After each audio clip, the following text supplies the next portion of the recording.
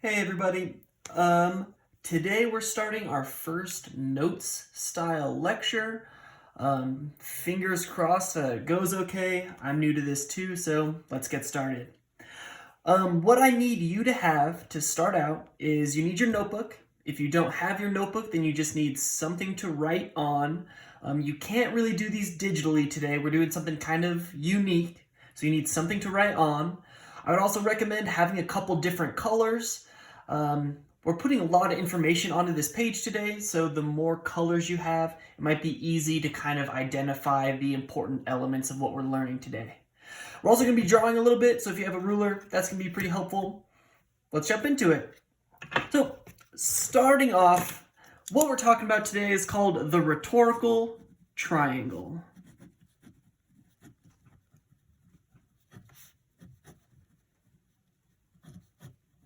Now, the rhetorical triangle has been around for a really long time. It was made by this guy right here, Aristotle. He was a really famous philosopher hundreds and hundreds of years ago, and he found out this really helpful way to think about how we can persuade people.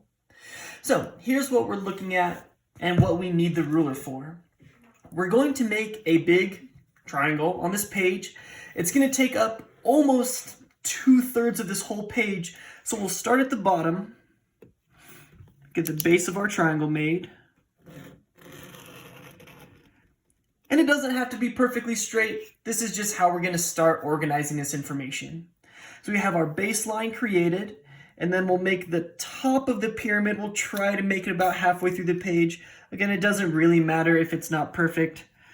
As long as we can get all these notes done, then it'll be really good.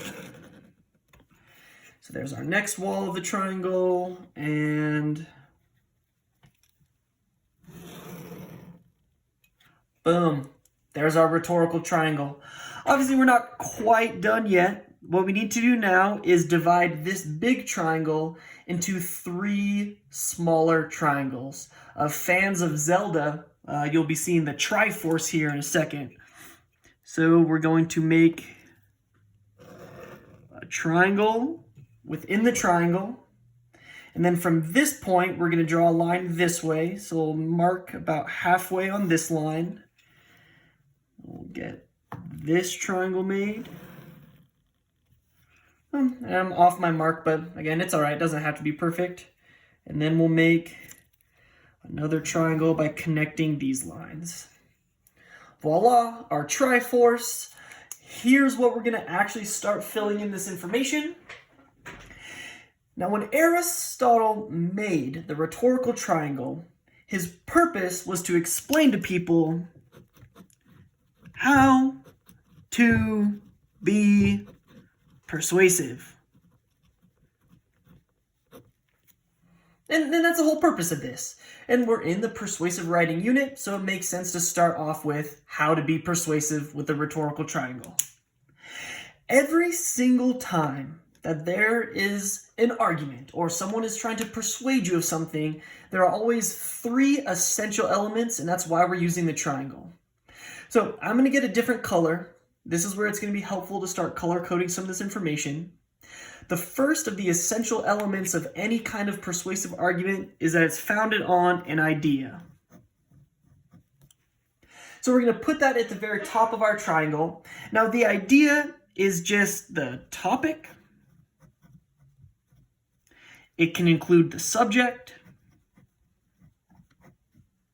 It can also include what's the format of it. Is it an essay? Or is it a speech? And that's what we're talking about with the idea. I'm going to get a different color for the bottom left of our triangle. The second essential element of any kind of persuasive argument is the speaker. And that's really just who is presenting the argument. Now, this could be a teacher. It could be a boss. It could be a director of maybe like a movie. And there's a lot of other ones, so I'll end this with an etc. And it's just whoever is giving the argument to you. I'm going to switch to my other color for our third essential element of every persuasive argument, and that is going to be the audience. And if we think of the speaker as being a teacher, an audience could include a student. It could include a coworker. It can also include social media circles.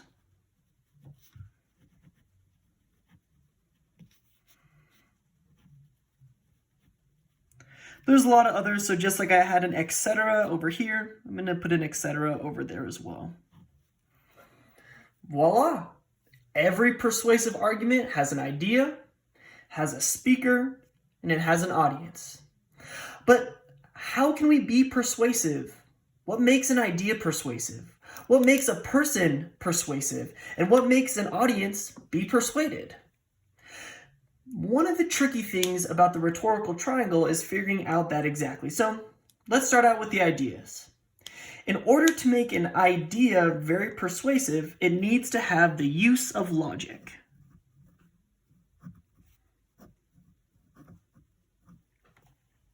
Now, Aristotle was very fancy, used a lot of Latin and Greek, and what he called this was logos. The use of logic. And when you hear logos and logic, we're talking about facts, we're talking about statistics, and I'm going to use this kind of fancy word, it's objective. Now, all objective means is that there's no emotion. It's all facts. It's straight to the point. That's what makes an idea persuasive. If it can be backed up by facts, if it can be backed up by statistics, if there's no emotion in it, it's all fact-based, that can help make an idea very persuasive. One of the things that you'll see as far as logos in the real world comes in with car commercials. If there's a commercial about buying a car, and that's what this is, that's my horrible, horrible car picture. My goodness, that's awful. What they're going to tell you with logos is what is the mile per gallon. If it has a good miles per gallon, that logically makes people want to buy it. That's just an example of logic that we see in the real world. Now I'm going to switch back to blue so we can talk about what makes a persuasive speaker. A persuasive speaker needs the use of trust or ethics. Aristotle, just like he had a fancy word for logic, the fancy word for trust or ethics is ethos. Now, it's kind of weird to think about an ethical speaker, but when we're talking about ethical theories, that was sort of what I mentioned about at the beginning of the year, like don't eat boiling babies. It all came from this book right here. In fact, we'll see Aristotle's name. He's in the table of contents too. So when we're talking about ethics, it's are people making the right decision? One of the ways that philosophers most commonly talk about this, and you don't have to write this down, I just think it's kind of interesting, is the trolley problem.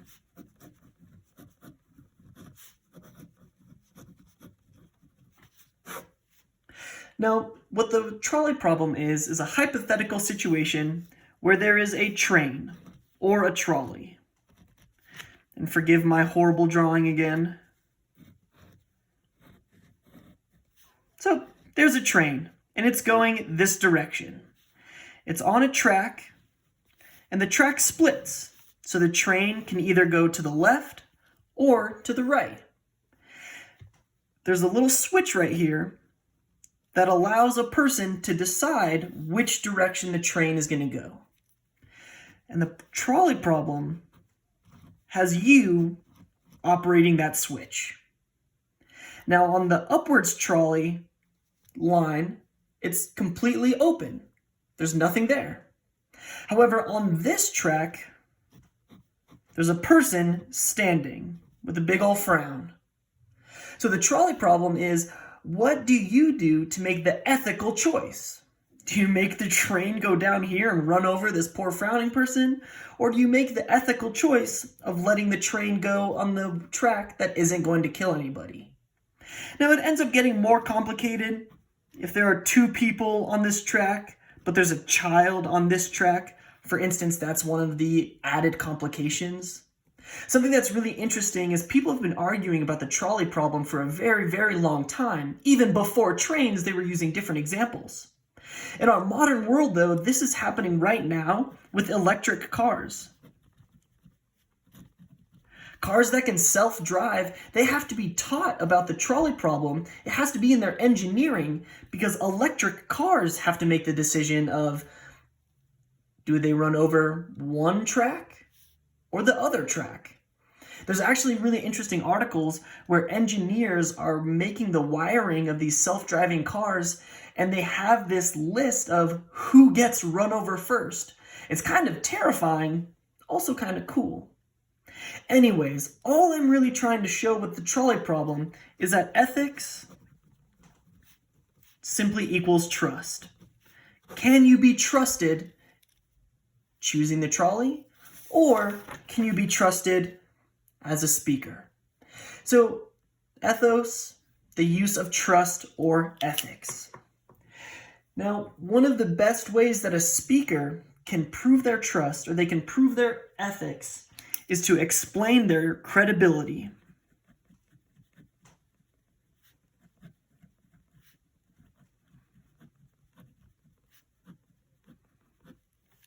For instance, I, as your teacher, I can prove my ethos, my trust, my ethics because I have a teaching degree. It proves my credibility, and hopefully my students trust me when they hear, I graduated from UNC, I have a teaching degree, trust me, I'll be a good teacher. Now, if you are a speaker, or your boss is a speaker, or a director is a speaker, and they don't have credibility, they don't have a degree, or they don't have experience, you can also use somebody who has different credibility. You can quote them.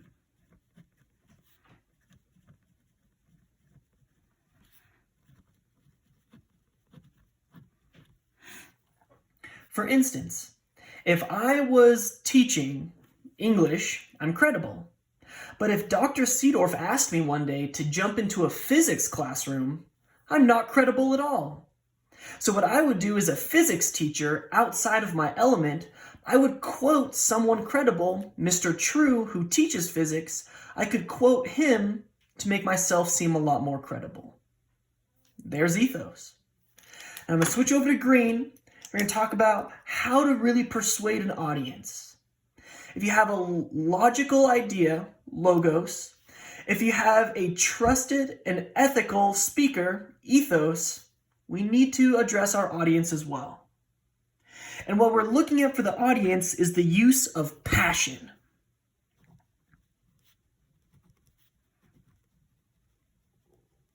Or emotion. Again, Aristotle has fancy terms for all these, and what we're looking for the passion, we call it pathos.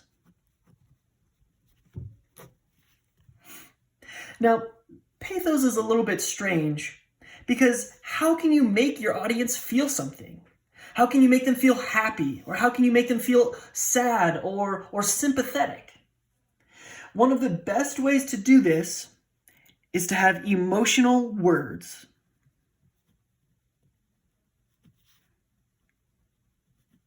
Or to use an emotional tone.